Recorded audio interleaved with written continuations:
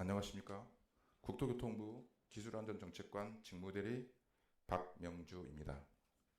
작년 4월 11일 발생한 신안산선 터널 붕괴 사고에 대한 사고조사 결과 브리핑을 시작하겠습니다. 먼저 터널 붕괴 사고로 인해 안타까운 인명피해가 발생한 점에 대해 깊은 애도와 위로의 말씀을 드립니다. 건설사고조사위원회 손무락 위원장의 사고조사 결과 발표에 앞서 위원회 구성 등 그간 추진 경과를 말씀드리겠습니다. 국토교통부는 공정한 사고조사를 위해 설계사, 시공사, 감리사 등 공사 관계자와 일체 관련이 없는 각 분야 민간 전문가 12명으로 사조위를 구성하여 현재까지 객관적이고 독립적으로 운영해 왔습니다. 특히 위원장을 제외한 사조위원 명단을 비공개하고 각 위원별로 청렴서약을 제출받아 조설기관 누설, 공사 관계자 접촉 등 사고 원인 규명에 영향을 미칠 수 있는 요인을 철저히 차단하면서 공정한 사고 조사를 시행하였습니다. 사조위는 객관적인 사고 원인 규명을 위해 긴급 복구 공사, 시편 채취 등을 위한 현장 조사 6회, 설계사, 시공사, 감리사 등 관계자 청문 사회, 콘크리트 공시체 및 쇼크리트 압축 강도 시험, 콘크리트 비파괴 검사 등 다양한 품질 시험을 실시하였으며 위원회 전체 회의도 26회에 걸쳐 진행하였습니다. 또한 외부 전문기관과 함께 시추조사와 지반조사를 실시하여 보다 정확한 지방 상태를 파악하고 정밀 구조 해석과 3차원 시뮬레이션 등을 통해 터널에 가해지는 압력을 입체적으로 면밀히 검토하는 등 조사 결과의 정확성과 신뢰성 확보에 만전을 기하였습니다. 지금까지 말씀드린 사고조사 계획을 바탕으로 건설사고조사위원회 손무락 위원장이 사고 원인 설명과 재발 방지 방안 제안을 해주시겠습니다.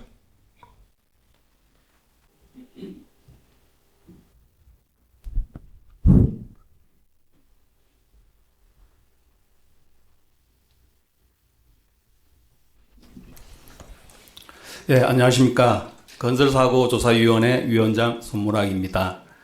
지금부터 2025년 4월 11일 신안선선 복선전철 민간투자사업 제5-209 현장에서 발생한 터널 붕괴 사고와 관련하여 건설사고조사위원회를 대표하여 사고조사 결과를 발표하도록 하겠습니다.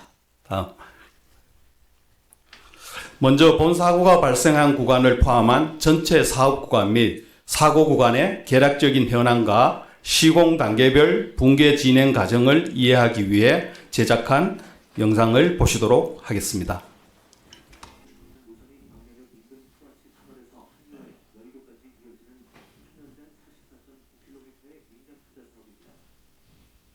사고 발생 구간인 5-209는 A노선 2.34km와 B노선 1.93km가 합류하는 토아치 터널 구간을 포함하며 전체 연장 4.67km의 복합 노선 구간입니다. 신안산선 사고 구간은 터널과 평행한 F1 단층이 있으며 F1 단층과 교차하는 F2 단층도 존재합니다.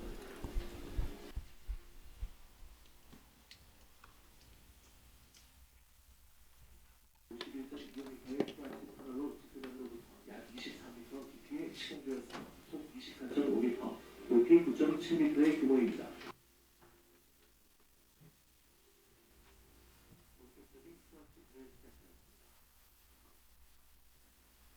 터널 상반 굴착을 시작하면서 터널 축소가 풍요하게 발달하는 데 동시에 좌측 박곡터널 상반을 굴착하였습니다. 좌측 터널 상반 굴착 중에 F1 단층에서 분기된 F2 단층이 추가로 출현하였습니다. 이후 좌측 박곡터널 상반 굴진 중인 2025년 4월 11일 오후 3시 10분경 자녀 11.1m만 남겨둔 상황입니다.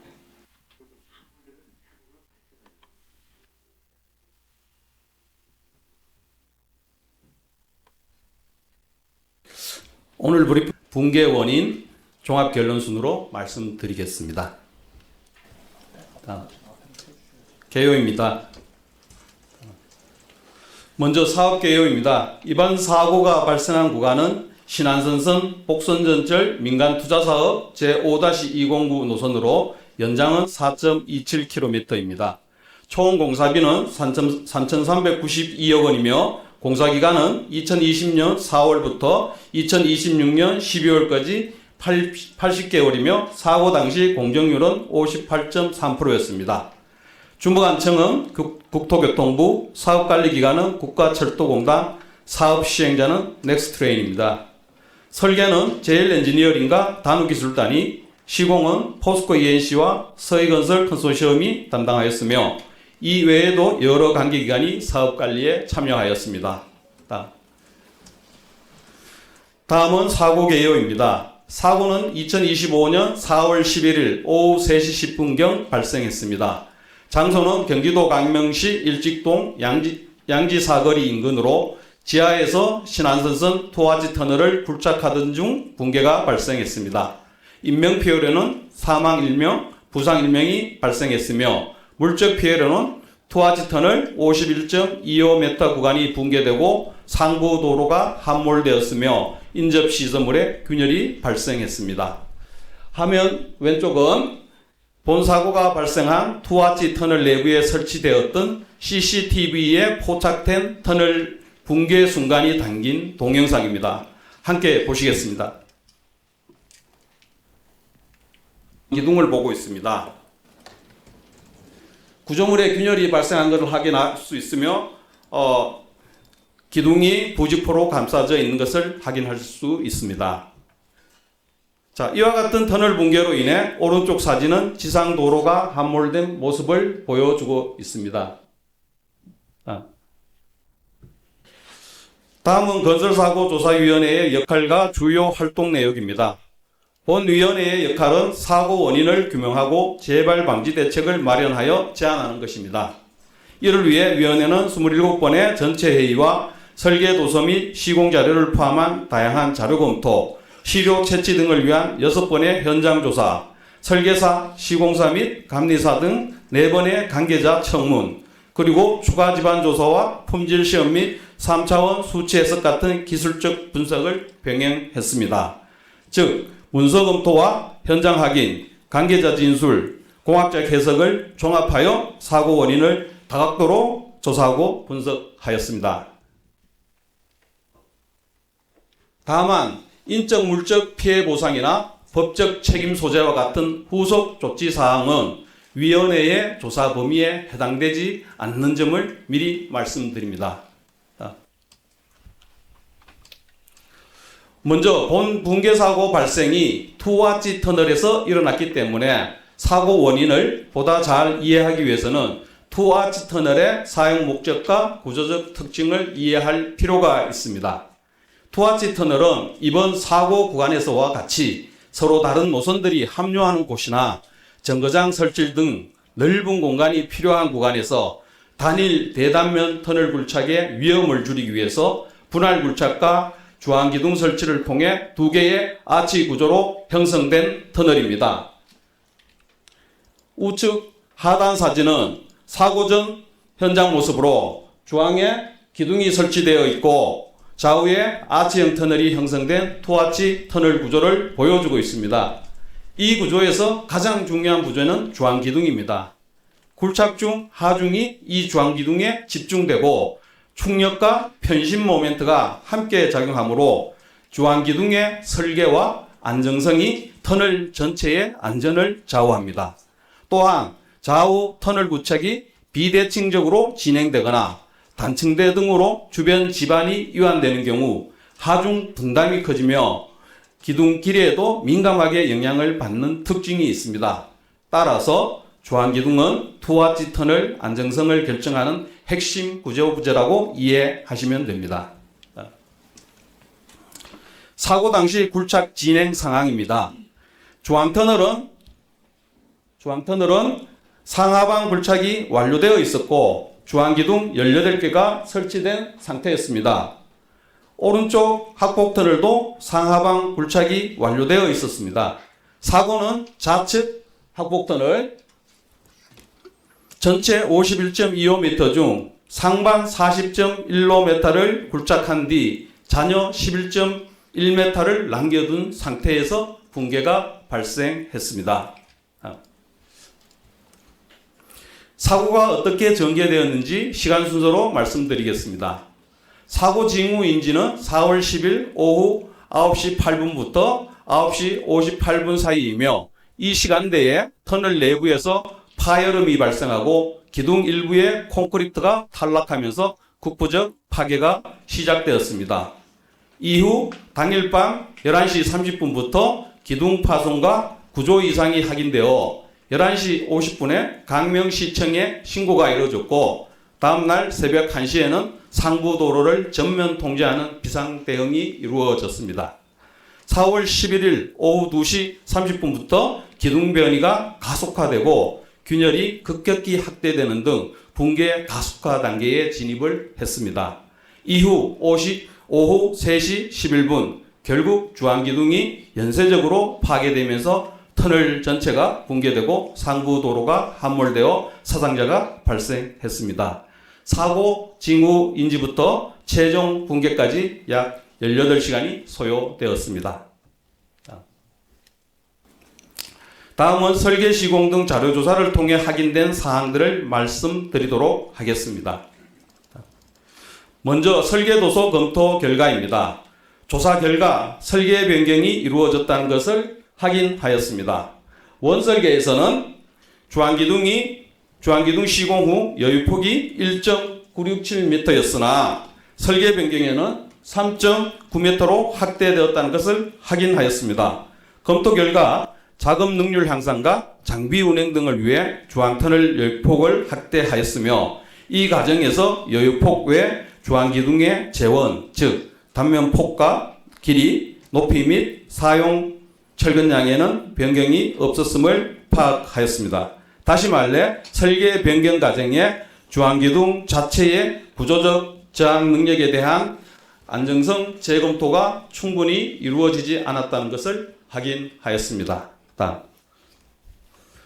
다음은 확인된 설계 오류의 핵심 내용입니다. 두 가지 설계 오류가 있었습니다.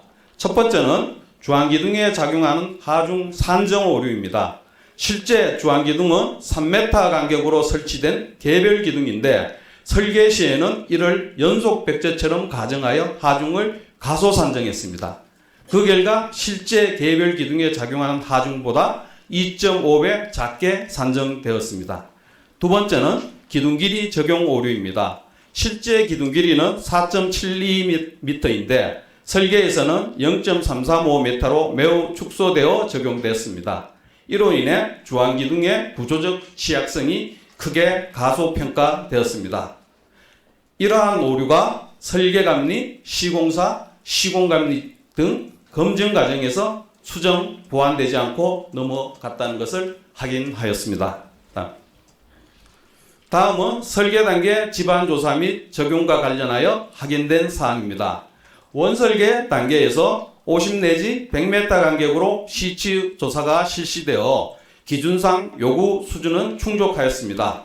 다만 이 조사를 통해 단층대의 존재와 터널 종방향의 실제 취약 지반 분포를 충분히 파악하지 못하였으며 조사가 좌측에 편중되어 횡방향의 취약 지반 분포 역시 충분히 확인되지 못하였습니다.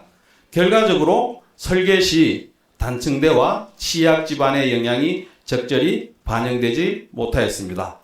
통상 이러한 설계 단계 지반 조사의 한계는 시공 중 막장면 관찰 및 암판정 등을 통해 보완하며 필요시 설계 변경 또는 보강으로 대응하게 됩니다.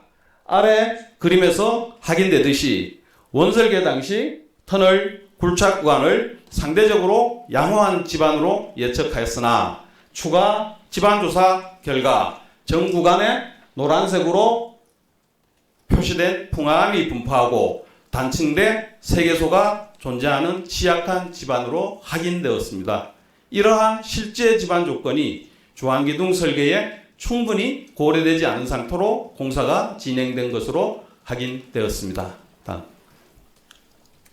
다음은 시공관리 측면에서 확인된 주요 부적정 사항입니다. 첫째, 터널 굴착 중 막장면 관찰과 암 판정이 충분히 이루어지지 않아 단층대를 적시에 인지하지 못했습니다. 즉, 단층대 출현에 대한 조기 식별과 대응이 미흡했습니다. 둘째, 주안기둥 균열 관리가 적정하게 이루어지지 않았습니다. 정기적인 균열 조사와 관리 기록이 미흡했고 기둥이 부직포로 감싸져 균열 조사가 이루어지지 않았습니다. 결국 균열 등 구조물 이상 징후에 대한 선제적 확인과 관리가 부족했습니다. 셋째, 투하지 터널 공사 구간에 필요한 일일 자체 안전점검 및 정기 안전점검이 충분히 실시되지 않았습니다. 결론적으로 시공 중 집안 변화와 구조물 이상 징후를 조기에 확인하고 대응해야 할 관리 체계가 충분히 작동하지 못한 것으로 확인되었습니다. 다음은 터널 공사 현장에서 사용된 재료의 품질 상태를 확인하기 위한 현장 조사 및 시험에 관한 사항입니다. 먼저 현장 품질 시험의 경과와 한계에 대해 말씀드리겠습니다.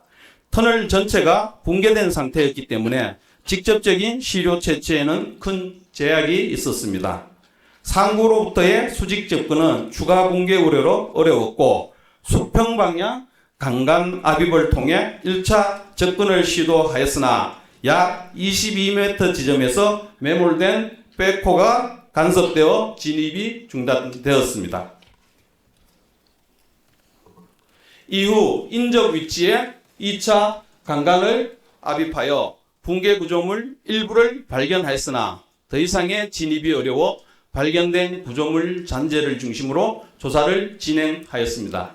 이와 같이 전체 붕괴부에 대한 현장 품질 시험은 제한적일 수밖에 없었기 때문에 확보 가능한 시료와 기존 품질관리 서류를 함께 검토하여 판단하였습니다.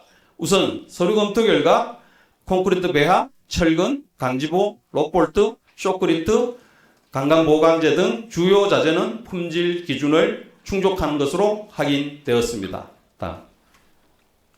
다음은 붕괴 구조물의 품질 시험 결과입니다. 화면 상단 중앙 사진은 2차 강간 압입 시 발견된 붕괴 구조물의 일부입니다. 확인 가능한 일부 재료에 대해 품질 상태를 검토한 결과는 다음과 같습니다. 주안기둥 상부 콘크리트의 철근 제원 및 간격은 설계 기준에 부합하였고 쇼크리트 압축 강도는 기준치를 상회하는 것으로 확인되었습니다. 주안기둥 콘크리트 강도는 붕괴 현장에서 직접 시편 확보가 어려워 시험실 공시체 결과와 동일 시기 동일 배합으로 타설된 인접 구조물을 대상으로 시험한 결과 설계 기준을 상회한 것으로 나타났습니다. 결론적으로 확인 가능한 범위 내에서 사용 재료의 품질에는 특별한 문제가 없었던 것으로 확인되었습니다. 다음은 추가 지반 조사와 그 결과에 대한 것입니다. 추가 지반 조사는 붕괴 현장 파괴면에 설계 단계에서 미확인된 단층이 노출되고 실제 지반 상태가 설계 시 예측보다 불량한 것으로 확인됨에 따라 실시하게 되었습니다. 단층대 여부는 붕괴면에 노출된 단층대 분석, 시공 중 막장면 자료 분석, 추가 시추조사 결과를 종합하여 검토하였으며 그 결과 투하지 터널과 교차하는 3개의 단층대 F1, F2, F3가 확인되었습니다. 이 세 단층대는 모두 설계 당시에는 전혀 확인되지 않았던 것으로 붕괴 이후에야 현장에 존재하던 주요 단층 구조가 보다 명확히 드러난 것입니다. 다음은 확인된 3개의 단층대의 특성입니다. F1 단층은 경사각 65도, 두께 3m의 점토질 단층핵으로 상행 좌측 항복 터널과 거의 평행하게 발달되어 있습니다. F2 분기 단층은 기둥 7, 8번 기둥 부근에서 F1으로부터의 갈라진 단층으로 경사각 50도, 두께 1.5m의 점토질 단층 핵입니다. F3 단층 풍화대는 F1을 절단하며 터널 종점부에서 발달한 경사각 75도, 두께 3m의 풍화대입니다. 중요한 점은 이들 단층이 투아지 터널과 교차하는 위치에 존재하며 주변 지반에 비해 강도가 현저히 낮다는 점입니다. 특히 F1과 F2 단층대는 터널 굴착이 진행됨에 따라 지방 하중이 주안기둥에 집중되도록 하는 요인으로 작용하였으며 결과적으로 터널 붕괴에 직접적인 영향을 준 것으로 확인되었습니다. 이제 구조검토와 붕괴 해석 결과를 설명드리겠습니다. 앞서 확인된 설계 오류와 단층대 조건을 반영하여 실제로 주안기둥에 어느 정도의 하중이 작용했고 구조적으로 안전성을 유지할 수 있었는지를 3차원 수치 해석으로 검증한 결과를 말씀드리겠습니다.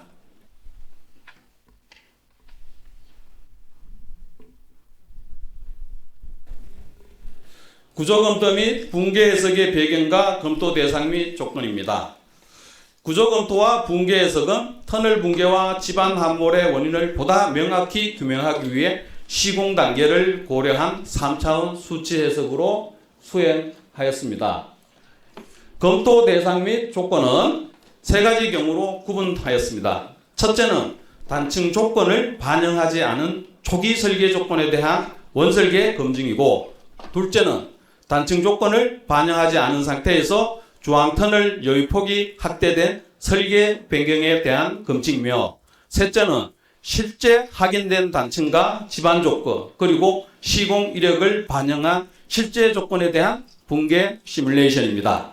즉 이번 해석은 설계 도서상의 조건만 검토한 것이 아니라 실제 현장에서 확인된 불리한 지반 조건과 시공 상태를 함께 반영하여 비교 검토하였습니다. 다음은 실제 사고 직전 기둥 변형 양상과 3차원 붕괴 시뮬레이션 결과를 비교한 것입니다. 화면 왼쪽은 사고 직전 CCTV에 포착된 실제 기둥 변형이고, 오른쪽은 실제 지반 조건과 시공 단계를 반영하여 주안기둥 18개에 발생하는 응력을 해석한 3차 시뮬레이션 결과입니다. 동영상은 주안기둥 설치 후 좌우측 학폭 터널의 굴착 시작부터 붕괴 발생까지 굴착 단계에 따라 각 기둥에 발생하는 응력의 크기를 나타내며 파란색에 가까울수록 발생 응력이 크고 보다 큰 하중이 작용하고 있다는 것을 의미합니다. 동영상을 보시도록 하겠습니다.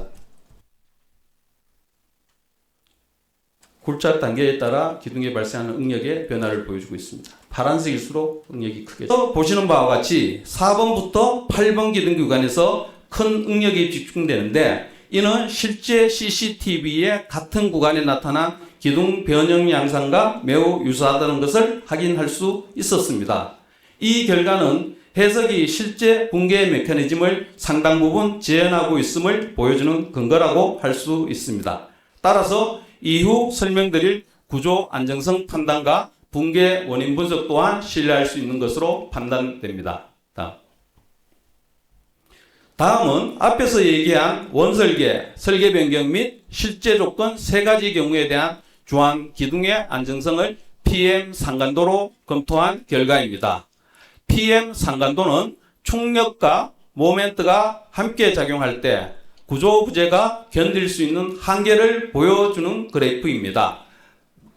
빨간 선 설계 강도 곡선은 안전율이 반영된 설계 기준상의 허용 한계를, 파란 선 공식 강도 곡선은 부재가 이론적으로 견딜 수 있는 최대 강도의 한계를 의미합니다.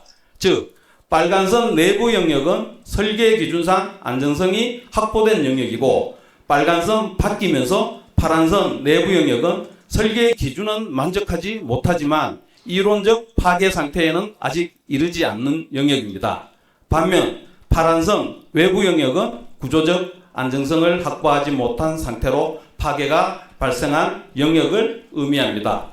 먼저 원설계 조건에서 상태점이 공칭 강도 곡선을 근소하게 넘어 구조적 여유가 거의 없는 것으로 나타났습니다. 설계 변경 조건에서는 상태점이 공칭 강도 곡선 내에 위치하여 이론적으로는 파괴가 발생하지 않았지만 충분한 안전 요인은 확보하지는 못한 것으로 나타났습니다. 이와 비교하여 실제 단층과 치약 지반을 반영한 조건에서는 상태점이 공칭 강도 곡선에서 크게 벗어난 곳에 위치하여 구조적 안정성을 확보하지 못하는 것으로 나타났습니다. 즉, 주안기둥은 설계 단계부터 이미 취약한 상태였고 실제 단층대의 불리한 지반 조건이 반영되면서 구조 한계를 초과한 것으로 나타났습니다.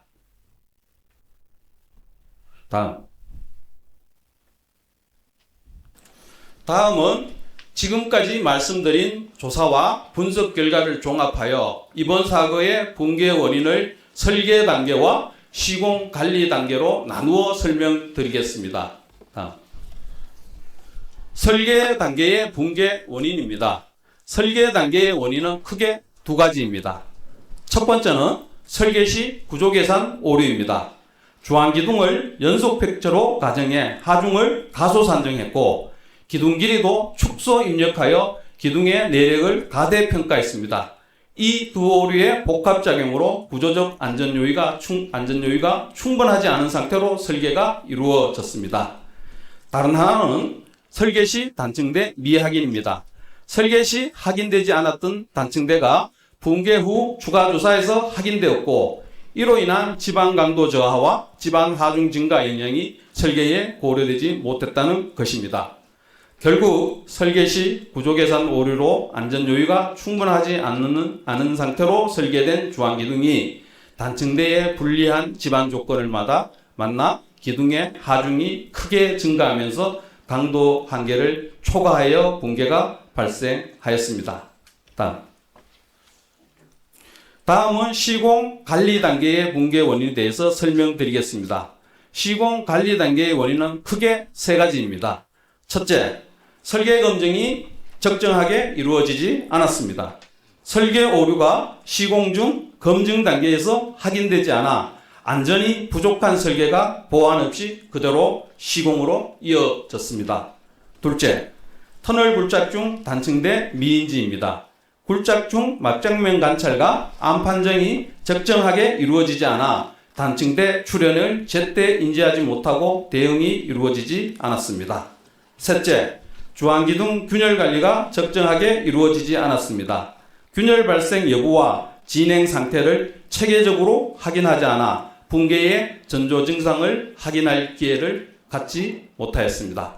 결론적으로 적정하지 않은 관리로 인해 설계 오류는 수정되지 않았고 단층대도 인지하지 못해 대응을 하지 못했으며 붕괴 전조 증상도 확인할 기회를 갖지 못한 채 사고에 이르게 된 것입니다.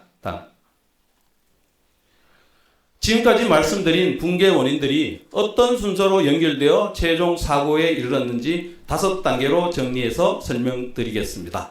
1단계는 설계 오류입니다. 하중 산정 오류와 기둥 길이 적용 오류로 인해 처음부터 안전 요의가 불충분한 설계가 이루어졌습니다. 2단계는 설계 검증 부적정입니다. 구조 계산과 설계 도서 검토 및 설계 변경 과정에서 이 오류들이 발견되지 않아 불완전한 설계가 보완 없이 그대로 시공으로 이어졌습니다. 3단계는 단층대 미인지입니다. 시공 중 단층대와 취약 지반을 통과하면서 지반 강도가 저하되었고 그 결과 이미 내력이 부족했던 주안기둥의 추가 하중까지 증가하게 되었습니다. 4단계는 시공관리 부적정입니다.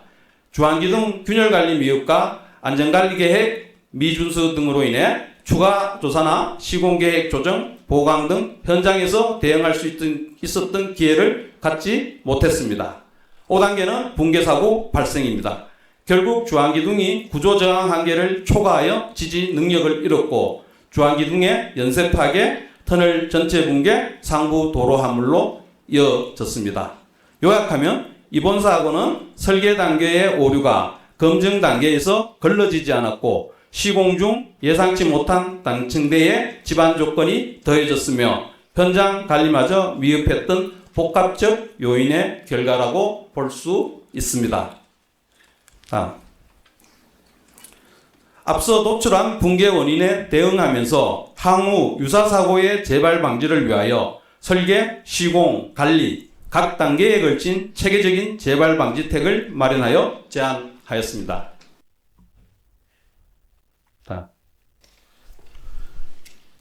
설계 측면의 재발 방지 대책입니다. 세 가지를 말씀드리겠습니다. 첫째, 구조 설계 검증 체계 강화입니다. 터널 설계 시 철근 콘크리트 구조 설계에 책임 구조 분야 기술자가 참여하도록 기준을 보완하고 구조검토 주체도 책임 구조 분야 기술자로 명문화하여 구조 계산서와 설계 도면 간의 교차 확인을 철저히 시행할 수 있도록 해야 합니다. 둘째, 주안기둥을 포함한 굴착 단계별 터널 안정성 해석 의무화입니다. 이번 사고와 같은 다중아치 터널의 경우 굴착 단계별 시공 순서와 이격거리를 고려한 3차원 안정성 해석을 의무화하도록 기준을 보완해야 합니다. 셋째, 설계 시 시추조사 기준 강화입니다. 도심지 터널의 시추조사 간격을 현행 100m에서 50m로 단축하고 대단면 터널의 경우 좌우측을 구분하여 시추조사를 실시하도록 기준을 신설해야 합니다. 다음은 시공 관리 측면의 재발 방지 대책입니다. 네 가지를 말씀드리겠습니다. 첫째, 막장면 관철 전문성 강화입니다. 관철자 자격을 현행 집안지질 전공자에서 중급 기술자 이상으로 상향하고 관찰 결과에 대해 고급 기술자 이상 시공 감리의 검토 확인 절차를 의무화하도록 기준을 신설해야 합니다. 둘째, 터널공사 정기안전점검 실시 기준 보완입니다. 투하치 터널의 구조적 특성에 맞춰 정기안전점검 실시 기준을 구체화하도록 기준을 보완해야 합니다. 셋째, 다중아치 터널 주안기둥 균열 관리 강화입니다. 좌우 터널 굴착 중 주안기둥의 균열 진전 여부에 대해 상시 모니터링 체계를 가동하도록 기준을 보완해야 합니다. 넷째, 다중아치 터널 주안기둥 계측 관리입니다. 주안기둥의 응력 변화 및 변이 추적을 위한 계측 항목을 신설해야 합니다. 이와 같은 재발 방지 대책들이 제도와 현장에 충실히 반영된다면 향후 유사 사고의 재발을 방지하고 보다 안전한 터널 시공 체계를 마련하는 계기가 될 것으로 기대합니다. 다음. 종합 결론입니다. 다음. 지금까지 설명드린 붕괴 사고 원인을 정리하겠습니다.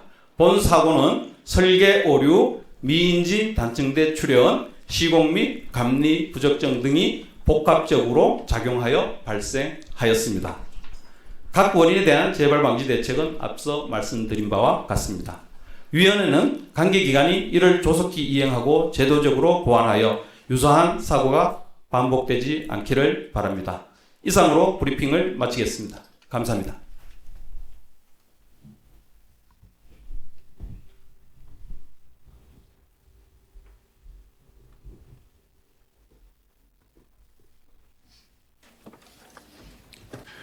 국토교통부는 건설사고조사위원회 제안을 토대로 터널 공사 안전 강화 등을 위한 제도 개선 방안을 추진하겠습니다. 먼저 터널 공사에서 설계 및 시공 중 집안 조사를 강화하겠습니다. 실시 설계 중 도심지 구간 시추 조사 시 시추 간격을 50m 이내로 보다 촘촘히 하여 집안 상태를 정확히 파악하도록 집안 조사 설계 기준을 보완하는 한편 터널 굴착 중 현장 대응력을 높이기 위해 터널 공사 표준 시방서를 개정하겠습니다. 터널 막장면 관찰자 자격을 중급 기술자 이상으로 상향하고 막장면 관찰 결과에 대해 고급 기술자 이상인 감리자가 반드시 확인하도록 의무화하겠습니다. 또한 국가철도공단 터널공사 전문 시방서 개정을 통해 다중아치 터널 공사 시 안반 등급에 따라 일정 간격별로 안판정을 의무화하고 해당 안판정위원회는 토질 및 지질 분야 전문 기술자를 참여시켜 설계 시 충분히 반영하지 못했던 실제 집안 여건을 시공 과정에서 보다 면밀히 확인하고 현장에서 적기 대응할 수 있도록 개선하겠습니다. 다음은 터널 공사 시행에 관한 기준 및 절차 개선 사항입니다. 다중아치 터널의 경우 3차원 해석을 의무화하여 터널 안전성 해석을 강화하고 중앙기둥 등 터널의 주요 구조물 설계 단계에서 구조 분야 기술자가 참여하도록 터널 설계 기준을 보완하겠습니다. 또한 시공 과정에서 터널의 중앙기둥 관리를 대폭 강화하겠습니다. 다중아치 터널의 중앙기둥에 대한 균열 조사는 일반 콘크리트 구조물에 대해 실시하는 정기조사 이외에 추가 조사를 실시하도록 하고 중앙기둥에 대한 계측 관리를 의무적으로 실시하도록 터널 공사 표준시방서를 개정하겠습니다.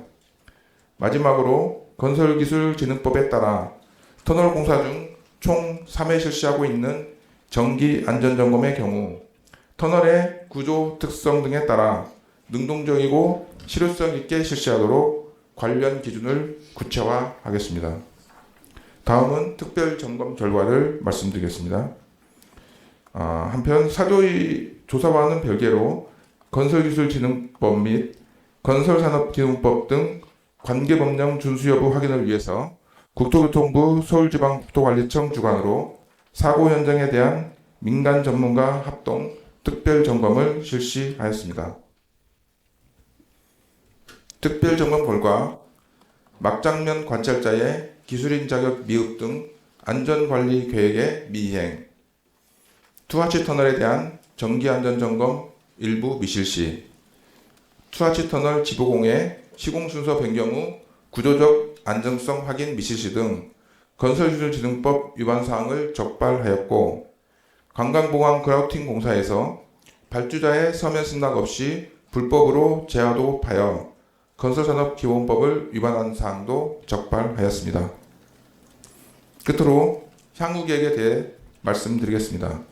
국토교통부는 사조의 조사 결과와 특별점검 결과를 토대로 위법사항에 대해서는 경찰, 관계부처, 지자체 등 관계기관에 통보하여 행정처분, 수사 등 철저하고 엄정한 조치를 요구할 계획입니다.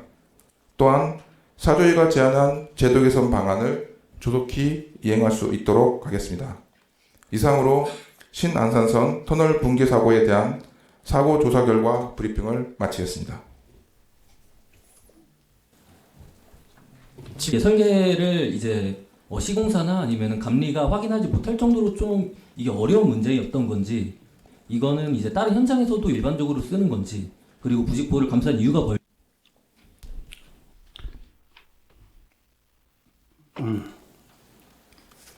다시 한번 첫 번째 질문 다시 한번 말씀해 주십시오. 예. 중앙기둥 길이가 14배, 설계했을 네. 때랑 14배 정도 차이가 나는데. 알겠습니다. 이게, 이 설계 단계에서 중앙기둥을 설계를 할 때 이제 전산 입력을 하다 보니까 전산 입력 과정에서 착오가 발생한 것으로 판단합니다. 근데 이러한 것들이 이제 설계 검증 단계에서 검증을 거쳐서 확인되어야 할 사항이지만 안타깝게도 확인되지 못하고 시공으로 이어졌다는 말씀을 드립니다.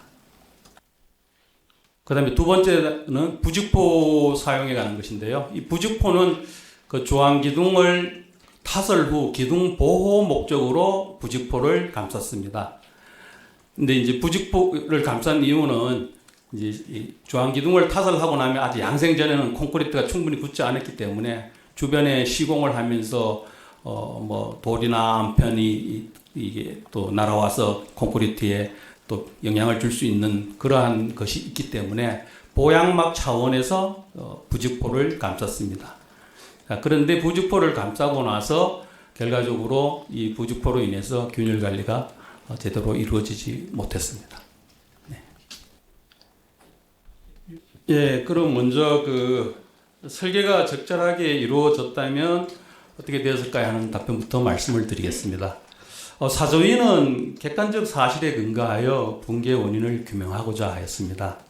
따라서 가정을 전제로 답변하는 것은 적절치 않다고 생각합니다.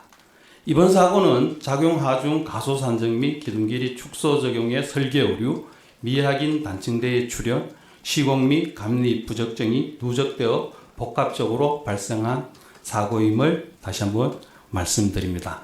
그 다음에 두 번째, 단층대를 인지 못한 이유에 대해서 말씀드리겠습니다. 먼저 본 사고 구간은 지층이 풍화암으로 굉장히 많이 풍화되어 있는 지층입니다. 따라서 이렇게 풍화가 많이 된 지층에서는 단층대를 확인하기 어려운 한계점도 있었습니다. 이와 더불어 현장 관리에 미흡함도 있었습니다.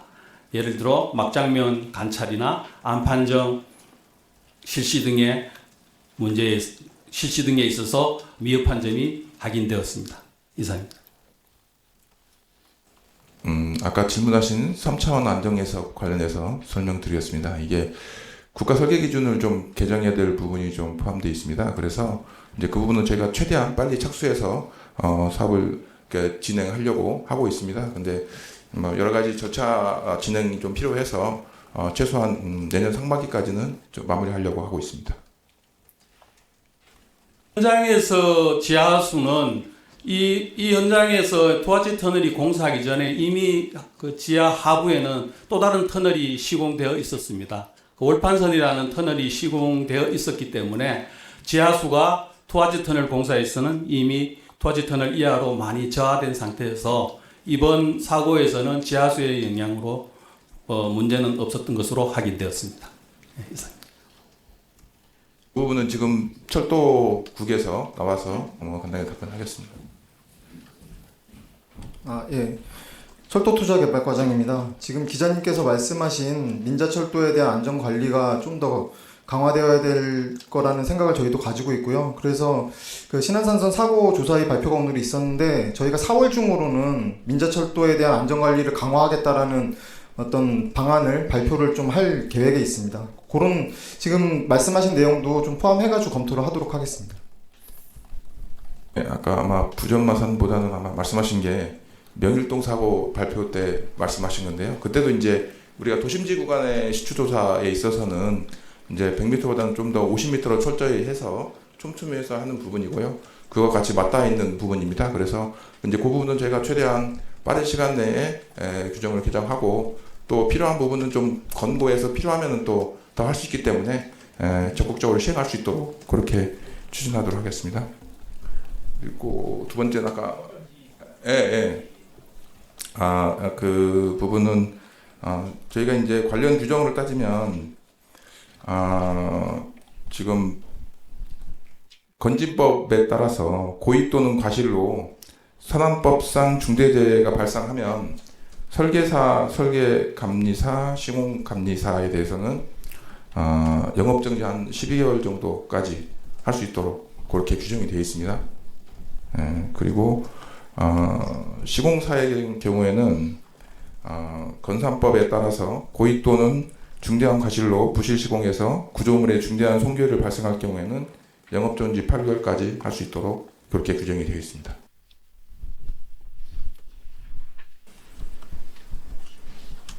네, 이건 제가 최대한 빨리 해야 되는데 관계 청문 절차도 해야 되고 또 그 과실 여부 또 고의성 여부 뭐 이런 것들을 조사해야 되기 때문에 시간이 조금 소요됩니다. 그래서 하여튼 뭐 내년 상반기까지는 정리되지 않을까 싶고요.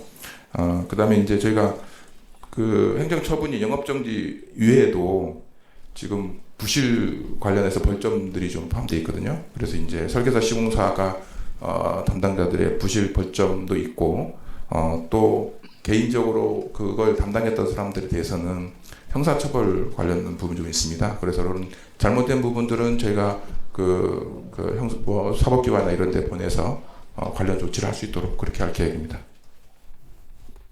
경우로 보면은 4m 이상이 되어야 되는 걸로 판단이 되는데 이제 설계 단계에서 이 0.33 정도 메타를 어떻게 이제 입력했는지는 저희들이 그 과정까지는 지금 확인을 하지 못하고 단지 이제 나타난 결과만 가지고 확인을 한 사항입니다. 그래서 이와 같은 설계 단계에서의 기둥길이를 축소 적용한 것은 향후 관계기관에서 조사하고 또 그에 따라서 뭐 처벌을 하든지 그럴 것으로 판단이 됩니다. 이상. 그러면 원안 설계에서는 이제 확인. 쉽게 말씀드리면 이제 도면상은 3m로 되어 있는데요. 실제로 이제 계산상에 할 때 해석상으로 프로그램을 할 때 입력값 차이가 있어서 그것이 사실 산정하는데 오류가 됐다. 그렇게 이해하시면 되겠습니다. 감사합니다. 속도국에서 나와서 좀 답변하겠습니다. 작년에 사고가 발생한 이후에 그 사고 구간 재설계를 이제 시행을 했습니다. 그래서 지금 이 구간 이제 공사를 재개하려면 실시계획 변경 승인이 이루어져야 되거든요. 지금 재설계안을 가지고 지하안전 영향평가를 거치고 있고요. 상반기 중에 실시계획 변경 승인이 가능할 것으로 저희는 이제 예상을 하고 있습니다. 그 실시계획 변경 승인이 완료가 되어야 사업 기간이 이제 확정이 될 것이고, 지금 예상하기로는 28년 말 정도로 예상은 되는데 그때 이제 변경 승인이 나야 확정이 될 것 같고요. 그럼 그때 이제 개통 시점도 그거에 맞춰서 이제 정리가 될 것으로 그렇게 예상하시면 될 것 같습니다.